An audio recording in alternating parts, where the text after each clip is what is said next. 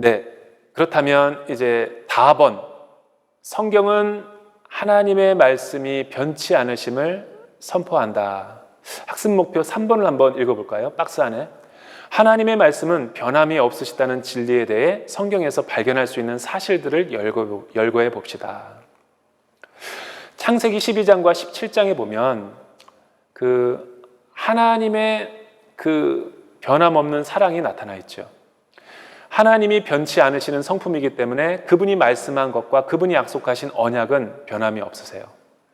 그래서 여러분 아브라함과 사라가 창세기 15장 1절에서부터 6절에 보면 이런 변함없는 하나님의 신실한 사랑에 반해 실수를 하고야 말죠. 뭐냐면 자신의 여종 하갈에게 들어가서 자녀를 낳을 수 없기 때문에 그녀와 동침해서 사회적인 그 당시의 문화에 따라서 아들을 낳으라. 그러면 대가 끊기지 않게 될 것이다. 여러분 아브라함은 75세 때 하란에서 주님의 인도하심으로 약속의 자손이 되죠. 그리고 그는 갈대아 우르를 떠나서 하란을 떠나서 하나님이 지시하는 약속의 땅으로 순례의 길을 떠나게 됩니다. 그리고 하나님은 그에게 나타나셔서 언약의 관계를 맺으시고 약속의 자녀 이삭이 출생할 것임을 그에게 언지를 해줍니다. 그의 아내 사라와 함께 이 약속을 붙들고 날마다 기도하고 믿음의 생활을 살아가고 있지만 시대가 변하고 문화가 다르고 사회 환경이 날마다 변하는 그 시점에 아브라함과 사라는 흔들리고 있게 된다는 것을 알게 되죠. 왜냐하면 오랜 시간이 지났는데 하나님이 우리는 나이가 먹고 경수가 끊어지고 이제 자녀를 생산할 수 없는 나이로 노화가 되고 있는데 자녀가 생기지 않고 약속의 자녀가 기별이 없자 하나님보다 먼저 앞서가셔서 그 당시 인간적인 사회 제도를 통해서 이스마엘을 낳게 되는 것이죠. 그러나 하나님은 사라와 아브라함에게 찾아오셔서 책망하시고 포기하지 않으시고 끝까지 기다려주시는 인내의 사랑을 우리에게 보여주고 있다는 것을 성경은 우리에게 말해주고 있습니다. 그때 아브라함과 사라는 하나님이 너에게 복을 주어 내 자손을 창대케 하고 많은 민족의 조상이 되게 할 것이다 라고 했을 때 그는 둘 다 웃게 되죠. 여러분 질문 15번을 한번 보시죠. 여러분도 아브라함처럼 약속의 말씀을 받았음에도 불구하고 약속의 성취가 이루어지지 않았기 때문에 하나님의 그 불변하심을 굳게 믿고 인내하고 기다려야 하는 상황에서 실수하지는 않았는지요? 그러면 생각해 봅시다. 왜 하나님께서는 여러분을 이렇게 오래도록 기다리게 만들고 있을까요?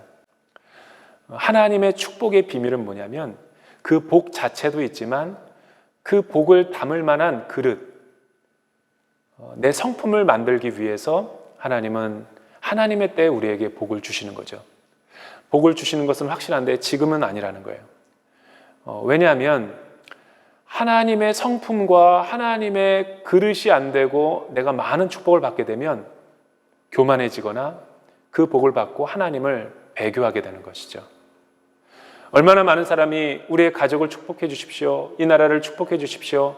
돈 많이 벌게 해 주십시오. 우리 자녀 좋은 대학에 가게 해 주십시오. 라고 기도해서 하나님은 응답해 줬지만 우리의 삶이 믿음의 진보가 있거나 더 나아지기는커녕 오히려 하나님을 더 온전히 섬기지 못하는 우리의 내면의 연약함을 볼 수 있죠. 자, 적용 과제 6-1번은 여러분들이 꼭 한번 풀어서 담당 목사님들에게 제출해 주면 좋겠습니다. 여러분의 인생에 이런 하나님의 불변하신 사랑을 배운 적은 언제입니까?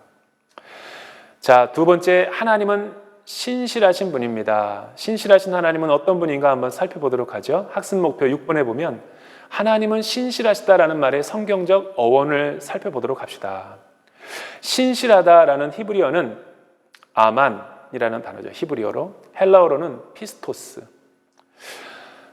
이거는 다른 어떤 사람에게 절대적으로 확고하게 약속과 책임을 다 지킨다라는 뜻을 신실하다라고 말하는 거예요. 사람들은 삶 속에서 신실하지 못함으로 인해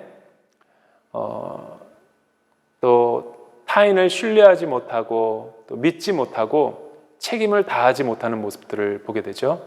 그러나 우리 성경 속에 나타난 우리의 하나님은 불변하신 분이시며 우리에게 언제나 신실하신 분으로 묘사되고 있습니다. 신명기 7장 9절 또 계시록 19장 11절에 보면 이런 아만 피스토스라는 단어가 잘 나타나 있고, 그는 불변하신 분도 아니고 한 번 말씀하시고 약속하신 것은 반드시 지키시는 하나님이시다라고 소개하고 있습니다. 말라기서 3장 6절을 볼까요? 얼마나 여러분의 인생에 위로가 되는 말씀입니까? 나 여호와는 변하지 아니하나니. 내 하나님이, 나를 인도하시는 그 하나님이 변함이 없으신 하나님이라는 것이 얼마나 큰 소망이 됩니까? 신명기 7장 9절은 이렇게 말하죠. 그런즉 너는 알라 오직 내 하나님 여호와는 하나님이시요 신실하신 하나님이라. 그를 사랑하고 그의 계명을 지키는 자에게는 천대까지 그의 언약을 이행하시며 인애를 베푸시되. 어떻게 보면 우리가 하나님의 품을 떠나지 않고 늘 의심도 많고 불평도 많고 감사한 생활도 없는데 주님 품 안에 이렇게 남아있는 것이 우리의 신실함 때문이 아니라 하나님이 우리를 굳게 붙잡고 있기 때문이 아닌가라는 생각을 해보게 됩니다. 또한 데살로니가전서 5장 24절에 보면 너희를 부르시는 이는 미쁘시니 그가 또한 이루시리라. 이 미쁘다라는 말이 faithful, 그러니까 신실하다, 늘 한결같으시다, 변함이 없다라는 뜻이죠. 에가서 3장 21절에서 24절에 보면 전쟁으로 인해서 포로로 인해서 이스라엘이 멸망당했는데도 불구하고 절망의 밤에 하나님께서 희망과 소망을 발견하게 하는 한 말씀을 예레미야에게 주는 것이죠. 이것을 내가 내 마음에 담아두었나니 그것이 오히려 나의 소망이 되었사오면 여호와의 인자와 긍휼이 무궁하심으로 우리가 진멸되지 아니함이니이다. 이것들이 아침마다 새로우니 주의 성실하심이 크시도소이다. 내 심령에 이르기를 여호와는 나의 기업이시니 그러므로 내가 그를 바라리라 하도다. 우리 하나님은 신실하시고 변함이 없으신 하나님이세요. 때때로 하나님을 원망하고 신앙생활을 하다 보면 불평할 때가 있죠. 우리의 느낌과 불길한 어떤 마음 또 현상 때문에 하나님의 완전하심을 믿지 못하고 염려하는 때가 많이 있습니다. 그런데 하나님의 신실하심을 믿고 그 약속 안에 거한다면 우리는 두려움 없이 내적인 평안과 안전을 누릴 수 있다고 성경은 말씀하고 있죠. 이 약속의 말씀들이 그거를 논증하고 보여주는 것입니다. 그렇다면 신실하신 하나님이 우리에게 하시는 일은 구체적으로 무엇입니까? 성경의 인물들이 신실하신 하나님을 신뢰하도록 훈련받은 것을 우리가 관찰해보고 하나님께서 지금 나에게도 신실하다는 사실을 우리의 삶에 적용해보는 작업이 필요하겠죠.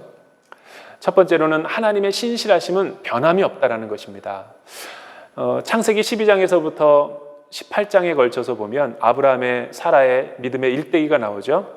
아브라함과 사라가 약속에 의해 이삭을 갖게 되는 성경의 스토리는 인간은 하나님 앞에 불성실하고 신실하지 못하다 할지라도 그 하나님의 언약은 자기가 약속했기 때문에 우리에게 지키시고 신실한 성품을 나타내시는 분이다라는 것을 만들고 있고 보여주고 있는 것이죠.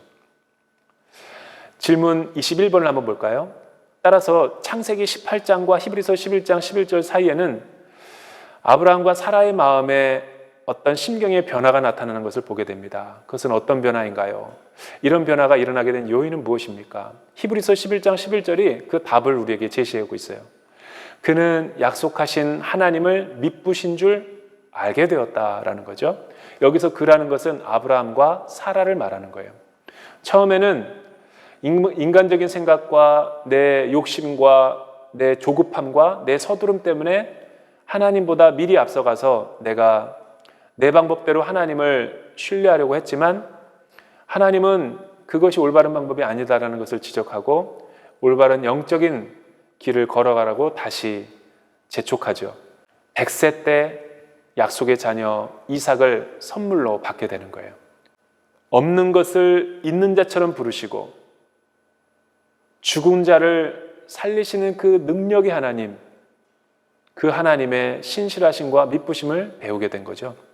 두 번째, 하나님의 신실하심은 우리에게 중요한 소망을 제공해주고 있다는 것입니다. 여러분, 우리가 좀 전에 읽은 에레미야가 3장 1절에서부터 24절을 읽어보면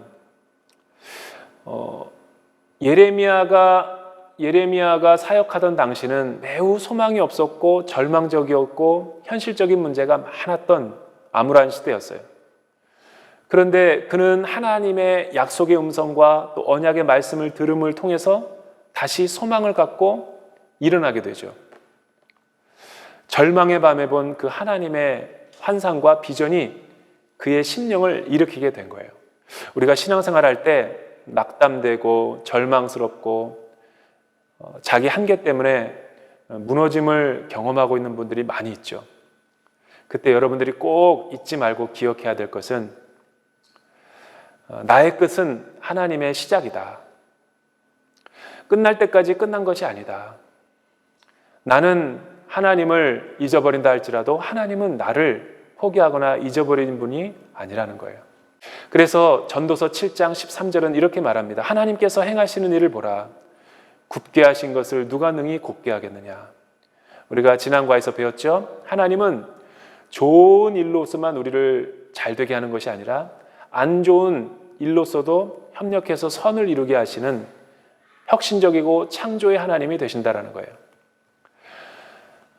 우리 가운데 혹시 비탄 속에 빠진 현실과 절망 속에서 허우적대면서 하나님의 신실한 성품을 묵상하게 되면서 다시 새 희망과 새로운 비전을 발견하신 분들이 있습니까?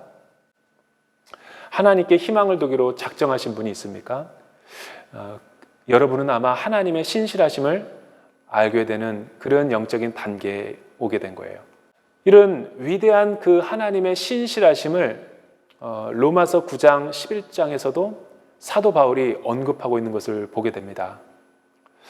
이스라엘을 향한 하나님의 신실하심이 폐하여졌는가라는 것이 사도 바울의 신정론적인, 신학적인 중요한 질문이었어요. 그래서 로마서 11장 25절에서 27절에 보면 바울이 위대한 로마서의 그 복음의 비밀과 온 세상을 향한 하나님의 구원의 계획을 이렇게 선포하고 있는 것을 보게 되죠. 루터가 이신칭의의 교리를 발견한 위대한 이 십자가의 복음의 핵심이 바로 로마서 1장 16절과 17절 아니겠습니까? 복음에는 하나님의 의가 나타나서 믿음으로 믿음에 이르게 되나니 모든 의인은 믿음으로 말미암아 살리라 함과 같으니라. 복음에는 나는 복음을 부끄러워하지 아니한다. 왜냐하면 복음에는 하나님의 의가 나타나서 모든 믿는 자들에게 구원을 주시는 하나님의 능력이 되기 때문인데 첫째는 유대인에게요, 둘째는 헬라인에게로다. 하나님의 의는 차별이 없음을 선포하고 있는 것이죠. 자, 그러면 사도 바울의 질문은 이거예요. 이 위대한 복음의 그 비밀을 하나님께서 먼저 이스라엘에게 전했는데 그 이스라엘이 복음에 불순종하고 하나님에게 반역하고 불순종하게 되자 그 이스라엘에게 주셨던 호의와 은혜, 금촛대가 어디로 갔습니까? 대부분의 많은 사람들은 생각하기를 교회가 새 이스라엘이다 라고 생각하는데 우리가 영적 아브라함의 자손이다 라고 이야기를 하는데 사실은 잘못된 거죠.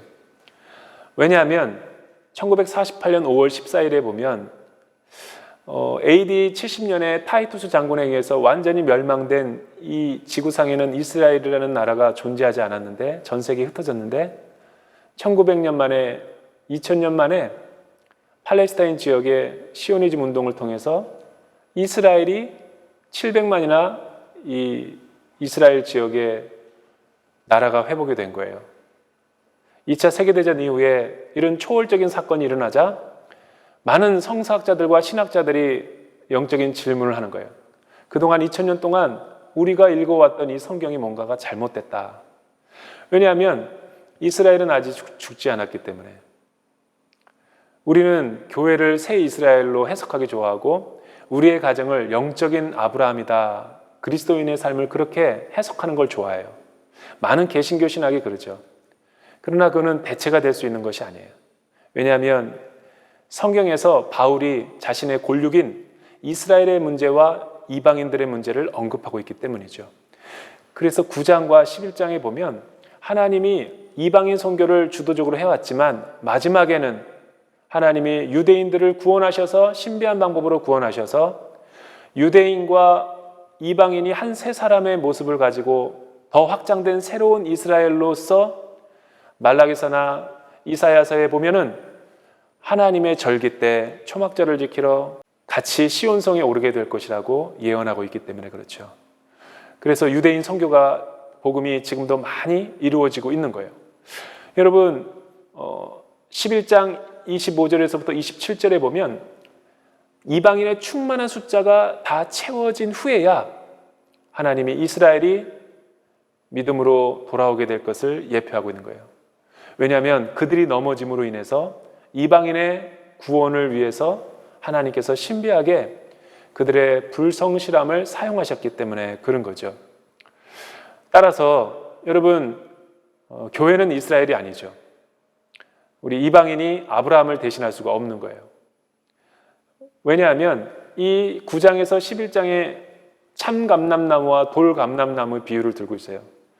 참감람나무는 유대인이었고 이스라엘 자손이었고 돌감람나무인 이방인인 우리가 접붙임을 받아가지고 이렇게 된 거죠.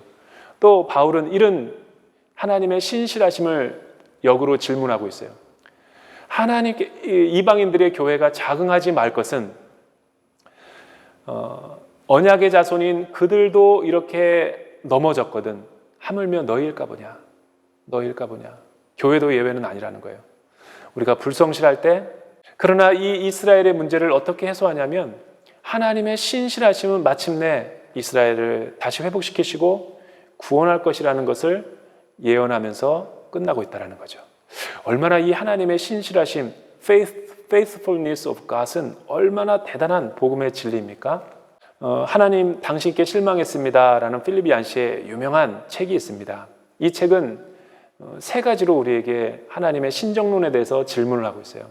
하나님은 왜 침묵하시는가? 하나님은 왜 공평하지 않으신가? 하나님은 왜 나에게 말씀하지 않으시는가? 또 하나님은 선하신 분인가? 이런 신정론적인 질문을 다루고 있어요. 그런데 영원한 현재라는 개념을 사용하셔서 필립 얀시는 이런 질문을 우리에게 다시 하죠. 하나님이 욥에게 또 고통당하는 사람들에게 다 알려주지 못하는 것은 다 알아도 우리가 하나님의 의의 기준에 따라서 살 수 없기 때문에 그런 거예요. 하나님은 우리보다 미리 앞서가셔서 모든 가장 베스트의 상황과 어떻게 하면 우리가 행복할지를 알고 있기 때문에 영원하신 현재의 주인이기 때문에 유한한 인간인 우리는 그 하나님의 깊고 오묘한 섭리를 다 헤아릴 수 없다는 거죠. 그렇기 때문에 우리가 신실함을 가지고 인내하고 기다리는 것이 필요하다는 거예요. 하나님은 자신의 신실하심을 구체적으로 우리에게 보여주십니다. 하나님 자신뿐만 아니라 그 신실한 성품이 우리의 내면 안에도 자라나게 하시고 훈련되어지게 하시는 것이죠. 그래서 믿음이 좋으신 우리 성도님들을 보면 참 그런 생각이 들 때가 있어요. 참 하나님을 닮았다. 너무 신실하시다. 작은 일에도 그냥 한 사람에게도 한 영혼에게도 최선을 다하는 그 신실한 모습. 그거는 하나님을 닮았기 때문에 그렇고 하나님의 성품을 투사하고 있는 거죠. 그래서 하나님의 신실하심은 우리를 통해 드러내기를 원하신다. 학습 목표 8번에 보면 하나님께서는 나도 그분의 성품을 닮아 작은 예수처럼 또 신실한 자가 되기를 원한다라는 사실을 이해하고 우리의 삶 가운데 적용해 보기를 원합니다. 하나님은 그분의 신실하심이 믿는 자들의 일상생활 속에 성실함으로 나타나기를 원하십니다. 여러분, 다윗의 일상은 어땠을까요? 물맷돌로 블레셋 군대 장관인 골리앗을 갖다가 물맷돌로 한 번에 무찌르니까 많은 사람들이 그건 기적이고 표적이다라고 이야기할지 모르지만 우연이라고 얘기할지 모르지만 저는 제 어렸을 때 주일학교 때 배운 이 말씀을 계속 묵상하다 보면 이것이 우연이 아니라는 것을, 일회적인 사건이 아니라는 것을 제가 다시 한번 깨닫고 놀라게 돼요. 사무엘상 17장 34절과 35절에 보면 하나님이 우리에게 요구하시는 하나님의 신실한 성품을 다윗은 가지고 있었어요. 예컨대 다윗이 사울에게 말하되 주의 종이 아버지의 양을 지킬 때에 여러분 아버지의 양을 지킬 때에다가 밑줄을 쳐보세요. 사자나 곰이 와서 양떼에게서 새끼를 물어가면 내가 따라가서 그것을 치고 그 입에서 새끼를 건져내었고, 그것이 얼마나 나를 일어나 해하고자 하면 그 수염을 잡고 그것을 쳐 죽였다. 제가 왜 아버지의 양에다가 밑줄을 치라고 그랬어요? 사자나 곰이 와서 양떼에게서 새끼를 물어갔는데 왜 다윗이 뒤로 도망가거나 무섭다라고 하면서 주랭랑 치지 않았습니까? 이 양을 나에게 치고 맡으라고 주었던 그 아버지의 부탁 때문에 그렇죠. 아버지의 양이기 때문에 내가 그걸 지키기 위해서 맹수들과 싸워야만 됐다라는 거예요. 그는 하나님 앞에 무릎 꿇었겠죠. 주님 도와주십시오. 하나님이 능력 주셔서 그 새끼들을 다 되찾아오게 했던 거죠. 이런 하나님의 임재 훈련과 연습이 그의 마음을 담대하게 했고, 마침내 이스라엘과 블레셋이 대전을 벌일 때 용맹스럽게 그가 나가서 다윗의 물맷돌로 그대로 골리앗을 넘어뜨리고 맞춰서 쓰러뜨린 거죠. 이거는 하나님의 신실하심의 승리라고 봐도 돼요. 저와 여러분은 이런 다윗의 신실하심이 우리의 신앙생활 가운데 있다고 생각하십니까? 골로새서 3장 23절에 보면 직장이나 가정에서나 교회에서나 무슨 일을 하든 마음을 다해서 주께 하듯 하고 사람에게 하듯 하지 말라라고 권면하고 있어요. 여러분 명심하세요.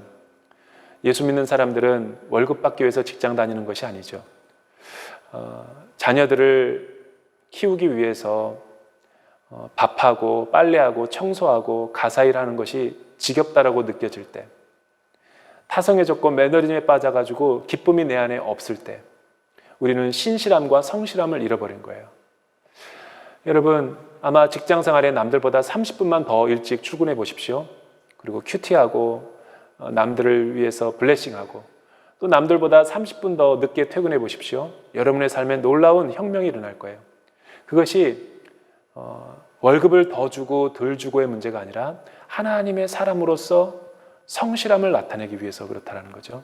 2002년에 세계를 놀라게 한 화학자가 한 명 있었어요. 다나카 고이치라고. 그는 연구를 하는 연구원이었어요. 평범한 셀러리맨이었어요. 박사도 아니었어요. 그런데 그가 전 세계를 놀라게 한 것은 모든 세계의 석학들을 다 제치고 노벨 화학상을 수상했다는 거예요. 심지어는 그는 영어도 할 줄 몰랐고, 심지어는 그가 노벨 화학상을 받았는지도 몰랐대요. 그가 나중에 기록한 책에 보면 이런 내용이 나와요. 그냥 자기는 하루하루 자기에게 맡겨진 일, 주어진 업무, 작은 일에도 최선을 다하는 그 성실한 셀러리맨이었다라 그래요. 다윗의 신실함과 일맥상통하지 않습니까? 여러분 적용과제 6-2번을 보십시오. 하나님은 신실하시다라는 진리에 대해 이 과에서 6과에서 배운 것을 한번 묵상해보고 뭐가 좋았는지 또 뭐가 내가 부족한지 그 내용을 한번 적어보세요. 그리고 담당 목사님들에게 과제로 제출하면 되겠습니다. 여러분 감사합니다. 축복합니다. 한 주일 동안도 주 안에서 승리하십시오.